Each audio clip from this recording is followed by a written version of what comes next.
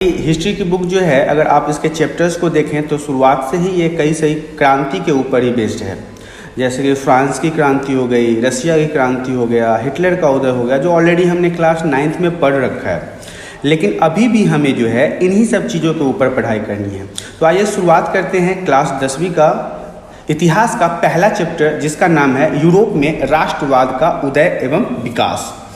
तो सबसे पहले मैं आपको बता दूं कि यूरोप में राष्ट्रवाद का जो उदय हुआ वो किन किन चीज़ों पे आधारित है। तो सबसे पहले मैं आपको बता दूं कि उनकी है ये फ्रांस की क्रांति, नेपोलियन के शासन के बारे में, जर्मनी के राष्ट्र स्थापना के बारे में, इटली का एकीकरण, ब्रिटेन की कहानी, बाल्कन का क्षेत्र और साम्राज्यवाद और राष्ट्रवाद। मतलब इन चैप्टर में जितने भी टॉपिक्स हमें पढ़ने हैं वो इन्हीं सारी पॉइंटों पे आधारित है।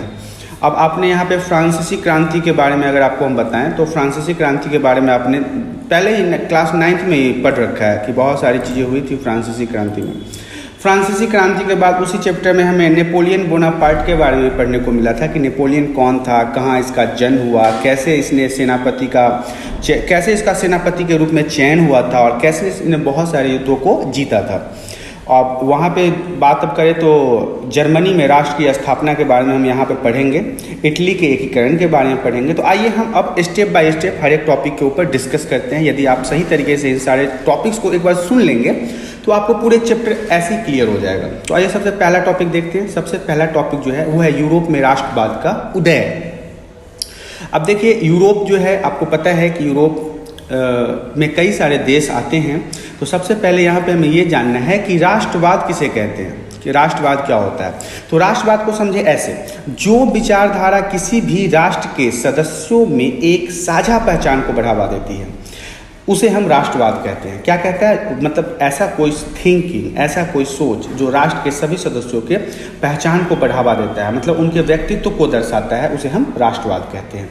राष्ट्रवाद की भावनाओं की जड़ें जमाने के लिए कई प्रतीकों का सहारा लिया जाता है। मतलब कि इसे पैर बैठाने के लिए हम कई अलग अलग तरह के चीज़ों को एक साथ जोड़ते हैं। जैसे कि अब राष्ट्रीय ध्वज है, राष्ट्रीय प्रतीक है और राष्ट्रगान है। आपको पता है कि किसी भी देश के अंदर ये सारी चीज़ें हमें देखी जाती है, मतलब हमें मिल जाता है कि हमारे, जैसे कि हमारे भारत देश की बात की जाए तो भारत देश के आपने इसका झंडा देखा होगा जिसे हम तिरंगा के नाम से जानते हैं, ध्वज कहते हैं, राष्ट्रीय ध्वज।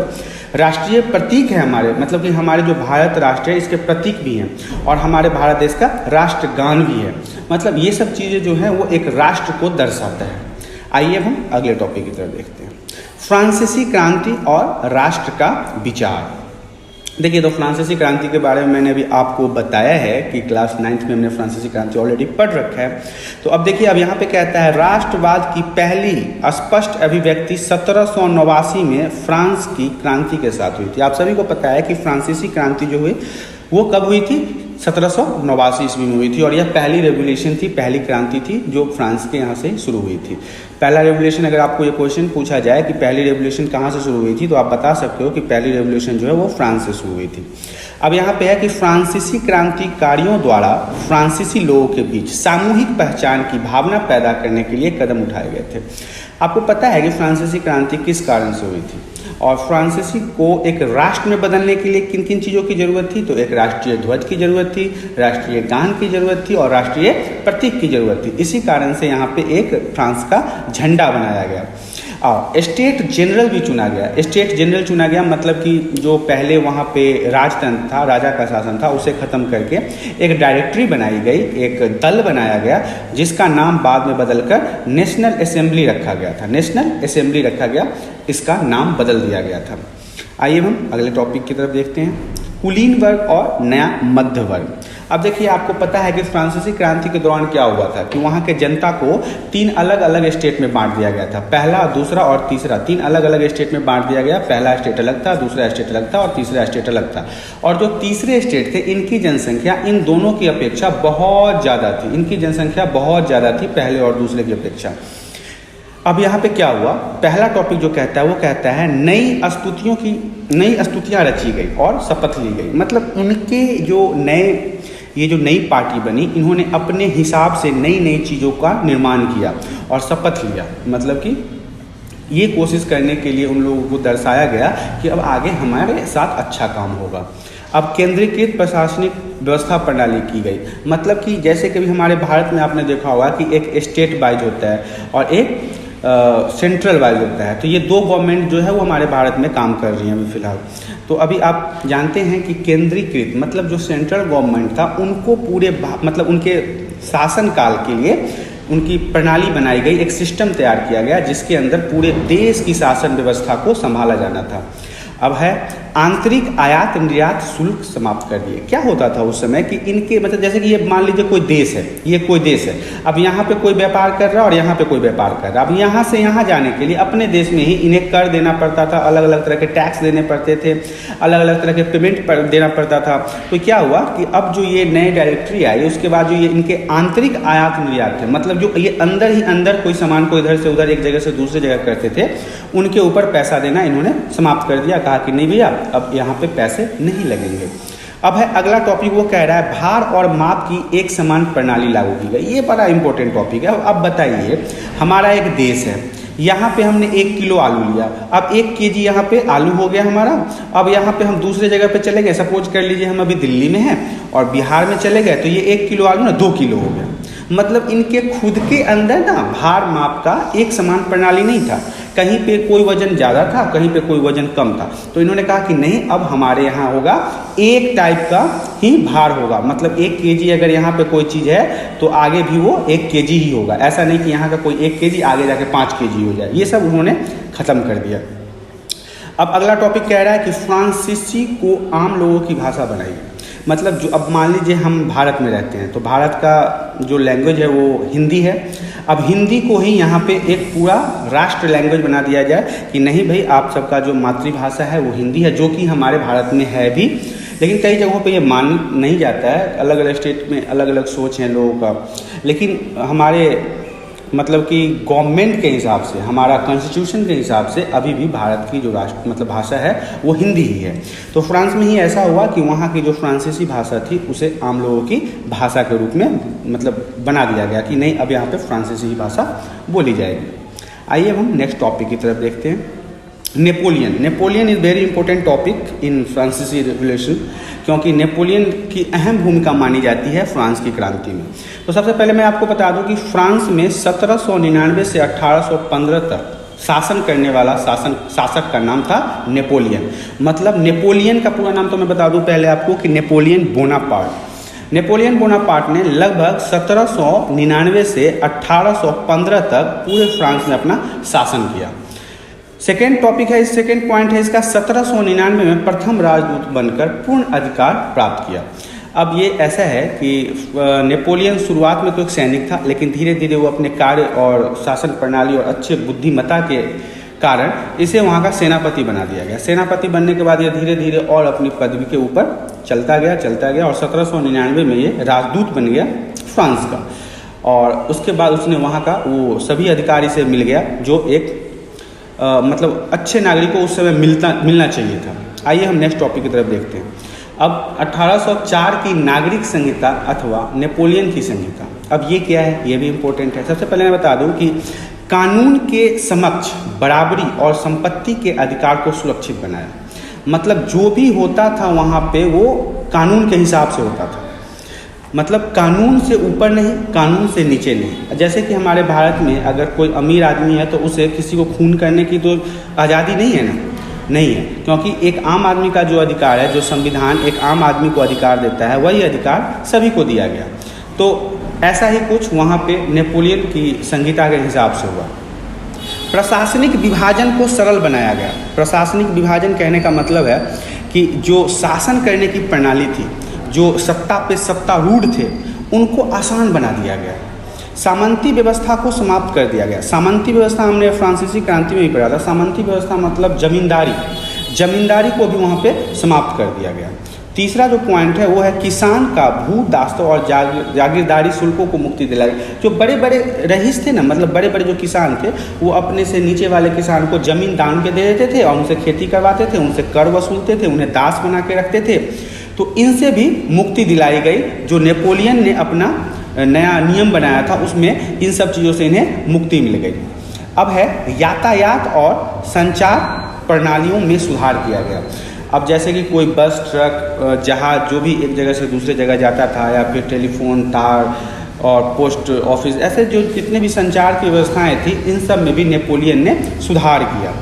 हालांकि नेपोलियन ने बहुत अच्छे अच्छे भी काम किए थे। अब अभी अगले टॉपिक की तरफ देखते हैं। अगला टॉपिक क्या है? नेपोलियन ने राजनीतिक स्वतंत्रता छीन ली, करों में वृद्धि की, सेंसरशिप लगाई और लोगों को फ्रांसीसी सेना में शामिल होने के लिए मजबूर किया। अब स्वाभाविक सी बात है, 1804 याद होगा आप लोग को, नेपोलियन जब राजा बना तो उसके बाद उसे क्या चाहिए था? उसे सत्ता में रहने के लिए अपनी सेना को मजबूत करना बहुत ज़रूरी था।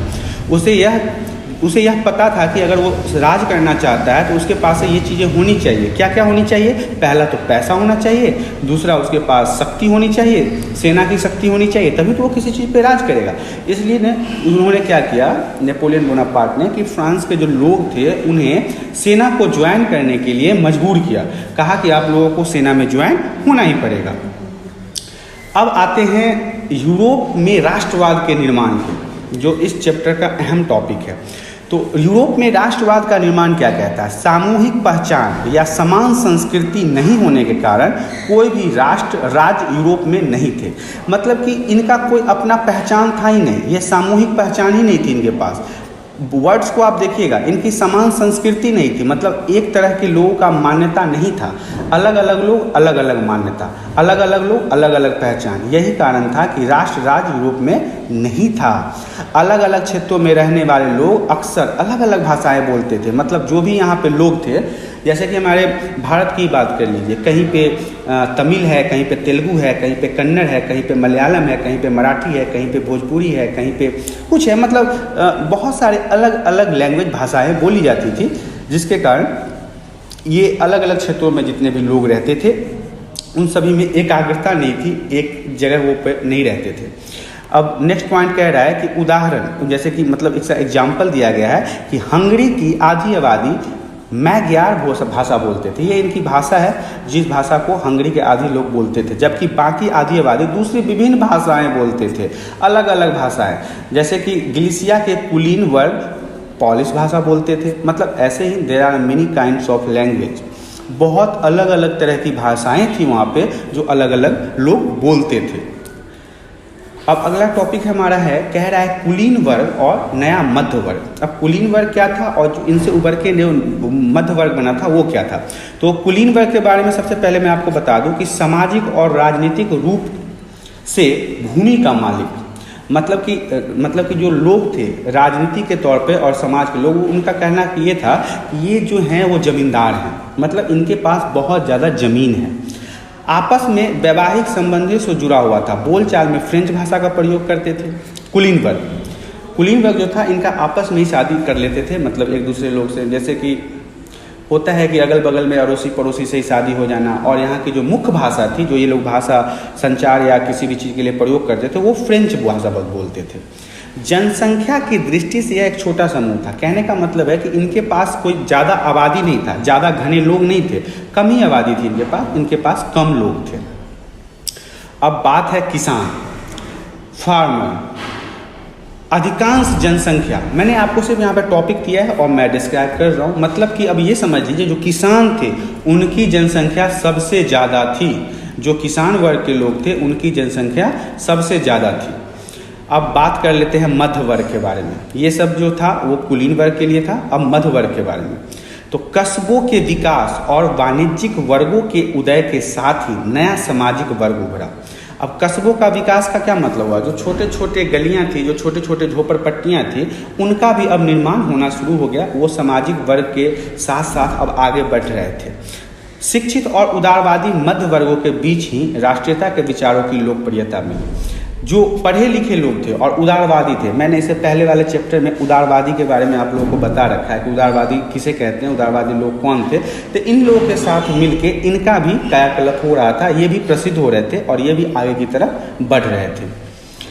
अब है हमारा टॉपिक उदारवादी राष्ट्रवाद के क्या मायने थे। ये अक्सर एग्जाम में पूछा जाता है, ये जो है क्वेश्चन इंपॉर्टेंट है। तो सबसे पहले मैं बता दूं कि उदारवाद व्यक्ति की आज़ादी और कानून के समक्ष बराबरी के लिए खड़ा था। मतलब जो उदारवादी लोग थे इनका मानना था कि व्यक्ति की आज़ादी होनी चाहिए और कानून के समक्ष उनको एक जैसा उनको देखना है। ऐसा नहीं कि कोई बड़ा है, कोई रईस है, किसी के पास ज़्यादा ज़मीन है तो उसे ज़्यादा ओहदा दे दो, और जो गरीब है उसे बिल्कुल मतलब उसके लिए कुछ हो ही ना, ऐसा नहीं है। तो इसमें पहला जो पॉइंट है वो कह रहा है निरंकुश शासन और पादरी वर्ग विशेष अधिकारों की समाप्ति। जो निरंकुश शासन था, जो राजा था वहाँ का, वो जो अपने हिसाब से शासन करता था वहाँ के लोगों पर, उसे समाप्त कर दिया गया। और पादरी वर्ग के जो विशेष अधिकार थे, जो पृष्ठ थे, प्रथम वर्ग के लोग, मतलब जो फ्रांस के क्रांति के समय पूजा पाठ के लिए जो 3 भागों में बांटा गया, तो जो सबसे पहले आते थे वो थे पृष्ठ वर्ग। उनकी जो विशेष अधिकार थी जो टैक्स लेने की, उसे भी समाप्त कर दिया गया। दूसरा पॉइंट है संसद के माध्यम से एक संविधान और प्रतिनिधित्व सरकार। जैसा कि अभी चलता है कि जनता के द्वारा चुना गया सरकार, और संसद में मतलब कि लोगों ने एक संसद चुना और संसद के द्वारा सरकार का निर्माण किया गया, ऐसे सोच थी इन लोगों की। अब बात करते हैं आर्थिक क्षेत्र में उदारवाद, बाजारों की मुक्ति और चीज़ों और पूंजी के आगमन पर राज्य द्वारा लगाए गए प्रतिबंधों की समाप्त करने के पक्ष में था। उदारवादी जो लोग थे उनका ये मानना था कि आप बेवजह टैक्स मत लगाओ, पूंजी के आगमन पर राज्य द्वारा लगाए गए प्रतिबंधों को समाप्त करना था। मतलब कि ऐसा नहीं कि कोई व्यापारी अगर आए हमारे राज्य में काम करें तो उसे आप इतना पैसा न चूसना शुरू कर दो कि वो काम ही न करे और भाग जाए। क्योंकि अगर कोई बाहर का व्यापारी हमारे क्षेत्र में आकर व्यापार करता है तो इससे हमें फ़ायदा है, इससे हमें बहुत तरह के पूंजी मिलेगा, हमारे यहाँ के लोगों को काम मिलेगा। लेकिन अगर हम ऐसा नहीं करते हैं तो ऐसा में क्या होगा कि हमारे जनसंख्या जो है वो भूखे मरने लगेगी, हमारे आर्थिक व्यवस्था पे परेशानी आना शुरू हो जाएगा।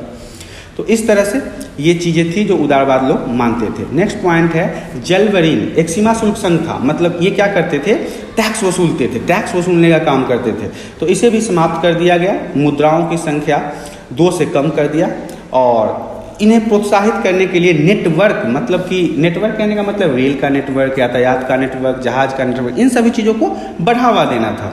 उदारवादी राष्ट्र के लिए यही मायने थे। अब कह रहा है कि 1815 के बाद एक नया रूढ़िवाद।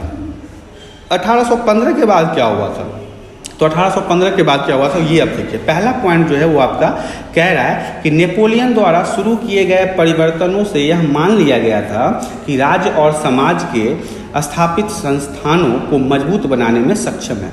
मतलब जब नेपोलियन ने शासन करना शुरू किया तो नेपोलियन के शासन करने के बाद यह लोगों को लगने लगा था कि अब समाज और संस्थानों को मजबूत बनाया जा सकता है। अब ये था 1815 के बाद। लेकिन जो मेन पॉइंट है वो कह रहा है कि 1815 की वियना की संधि, ये क्या था, तो इस पर एक बात जान लेना जरूरी है। फ्रांस में बुर्बो राजवंश को बहाल किया गया था, ये सब आपने फ्रांस के क्रांति के दौरान पढ़ा था। उसके बाद क्या है कि फ्रांस की सीमाओं पर कई राज्य कायम कर दिए गए ताकि भविष्य में फ्रांस विस्तार ना कर सके। ये चीज़ें थी कि सीमाओं पर ना कई तरह के रूल रेगुलेशन, नियम, टैक्स इत्यादि लगा दिए गए ताकि फ्रांस के लोगों का विस्तार ही ना हो, वो एक जगह सिमट के रह जाएं। तो ये था इनका दूसरा पॉइंट। अब तीसरा पॉइंट कहता है जर्मन परिसंघ को बरकरार रखा गया। परिसंघ का मतलब जो जर्मनी के जो प्रणाली थी शासन करने की या फिर युद्ध करने की या फिर मतलब आक्रामक जो उनकी थी, उन्हें बरकरार रखा गया। इसका मुख्य उद्देश्य नेपोलियन द्वारा बर्खास्त किए गए राजतंत्रों को बहाल करना था। नेपोलियन ने जिन जिन राजतंत्रों को बर्खास्त कर दिया था, उनका राजतंत्रों को मतलब बर्खास्त करने का मेन कारण था कि नेपोलियन जब युद्ध लड़ रहा था तो उन्हें कई मतलब नेपोलियन ज़्यादातर युद्ध जीता ही था, बहुत ही कम युद्ध थे। जो लास्ट युद्ध था उसमें नेपोलियन हार गया था, जिसके बाद उसकी मौत भी हो गई थी।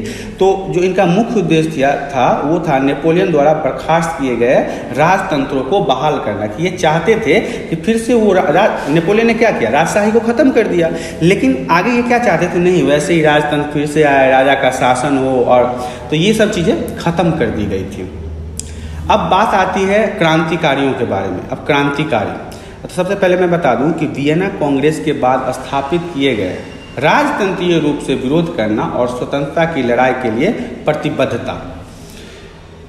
मतलब वियना कांग्रेस जो था, जो स्थापित किया गया था, तो उसको विरोध करने के लिए कई तरह के लोग आए जिन्हें हम क्रांतिकारी के रूप में देख सकते हैं। जैसे हमारे भारत में जैसे अंग्रेजों ने राज किया और भगत सिंह, सुखदेव, बहुत सारे ऐसे लोग थे जिन्होंने क्रांतिकारी लड़ाइयाँ लड़ी और हमारे देश को आज़ाद कराया। तो ऐसा ही कुछ यहाँ पे था। 1807 में क्या हुआ जेओनोआ पैदा हुए। अब आपको आगे की जो बातें हैं वो बड़े ध्यान से सुनना होगा। नेक्स्ट टॉपिक कह रहा है कार्बोनारी की गुप्त संगठन का सदस्य होना, मेसूब युवा इटली बर्न युग स्थापना करना, एक गणतंत्र राष्ट्र के रूप में इटली का एकीकरण पर विश्वास किया गया। ये सारी चीज़ें क्या हैं? तो देखिए, हमारे जो जिउसेपी मैत्सिनी थे, ये 1807 में जिनेवा का जन्म हुआ। जिनेवा जो थे वो 1807 में जन्म लिए। कार्बोनरी के जो गुप्त संगठन थे, जो क्रांतिकारी के रूप में काम कर रहे थे, जिन्होंने वियना कांग्रेस के राजतंत्रीय रूपों का विरोध किया था, उनका ये संगठन था जिसको हम कार्बोनारी का गुप्त संगठन कहते हैं। इसी में क्या हुआ कि मार्सेई के युवा इटली एवं बर्न में यंग यूरोप की स्थापना की गई। ये जितने भी क्रांतिकारी लोग थे जो अलग अलग संगठन के रूप में काम कर रहे थे और वियना कांग्रेस के राजतंत्रीय रूपों का विरोध कर रहे थे, उन्होंने आपस में मिलना जुलना शुरू कर दिया और एक बड़े संगठन का निर्माण करना शुरू कर दिया। और इनका विश्वास था कि आगे चलकर इटली का एकीकरण हो जाएगा। इसी रूप में जो वहाँ के लोकल लोग थे, तो वहाँ के जो उस देश के नागरिक थे, उन्होंने अपना एक क्रांतिकारी संगठन तैयार किया। अब क्रांतियों की आयु कहने का मतलब है कि कितने दिनों तक यह क्रांति चली थी। तो सबसे पहले मैं बता दूं कि फ्रांस में जुलाई 1830 में बूर्बो राजाओं को उखाड़ फेंका गया। ये जो लुई 16, 14, 15 ये सब थे, वो बूर्बो के राजवंश के ही थे। तो इन लोगों को हटा दिया गया और संवैधानिक राजतंत्र स्थापित किया गया। संवैधानिक राजतंत्र स्थापित करने का मतलब है कि जनता के द्वारा चुना गया शासन बनाया गया। दूसरी तरफ बेल्जियम, नीदरलैंड के संयुक्त राज्यों को अलग किया गया। जो ये लोग संयुक्त राज्य थे, एक दूसरे से मिले हुए थे, इन लोगों को बिल्कुल अलग अलग किया गया। 15वीं शताब्दी के बाद से ग्रीस, जो ऑटोमन साम्राज्य का हिस्सा था, आज़ादी के लिए इसने भी संघर्ष आरंभ कर दिया। जब इसने देखा कि अब सभी लोग आज़ादी के लिए लड़ाई लड़ रहे हैं, क्रांति कर रहे हैं, तो इसने भी अपने लिए एक क्रांति का शुरुआत कर दिया। और उसके बाद क्या हुआ, कास्तुनोनिया की संधि में 1832 में ग्रीस को एक स्वतंत्र राष्ट्र के रूप में मान्यता मिल गई। ये जब क्रांति सब होना शुरू हो गया, तो वहीं पे कास्तुनोनिया की संधि के नाम से जाना जाता है, जो 1832 में ग्रीस को आज़ादी के रूप में देखा जाने लगा। उसके बाद मतलब ग्रीस को आज़ादी कर दिया गया। रूमानी कल्पना और राष्ट्रीय भावना, एक सांस्कृतिक आंदोलन जिससे राष्ट्रवादी भावना को एक विशेष रूप से विकसित की। मतलब एक ऐसा नियम कानून, एक ऐसी संस्कृति जिसने राष्ट्रवादी भावना को एक विशेष रूप से विकास दिया, मतलब बढ़ाया, जिसमें तर्क वितर्क और विज्ञान के महामानदंड की आलोचना की और उसकी जगह भावनाएं, अंतर्दृष्टि, रहस्यवादी भावनाओं पर जोर दिया। जो बड़े बड़े ज्ञानी थे उनको यहाँ से नहीं, मतलब उनको खदेड़ दिया गया। कहा कि नहीं भैया, ऐसा नहीं है। जो हमारी भावना है, अंतर्दृष्टि है, हमारी जो मतलब कि संस्कृति है, इन सब चीज़ों पर आप ध्यान दो। दूसरा पॉइंट है इसमें, जर्मनी दार्शनिक, जो जर्मन के फिलोसफर थे महान गॉटफ्रीड ने लोकगीत, लोक कविता और लोक नृत्यों के माध्यम से आम लोगों के बीच में जर्मन संस्कृति को जगाने की कोशिश की।